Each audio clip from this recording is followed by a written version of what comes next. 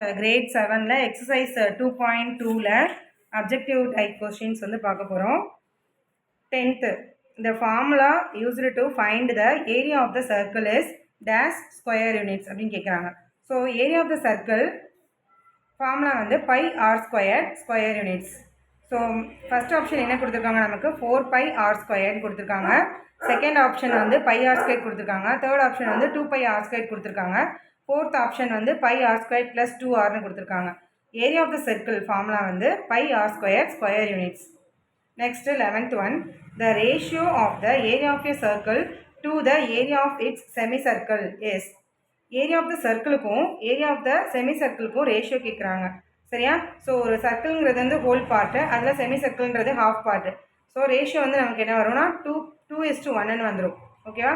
So first option is correct, others are omitted. Next 12th one, area of a circle of radius n units is. So ஜென்ரலாக வந்து நம்ம area of a சர்க்கிள்னா pi r ஸ்கொயர்னு போடுவோம் with radius R அப்படின்னா.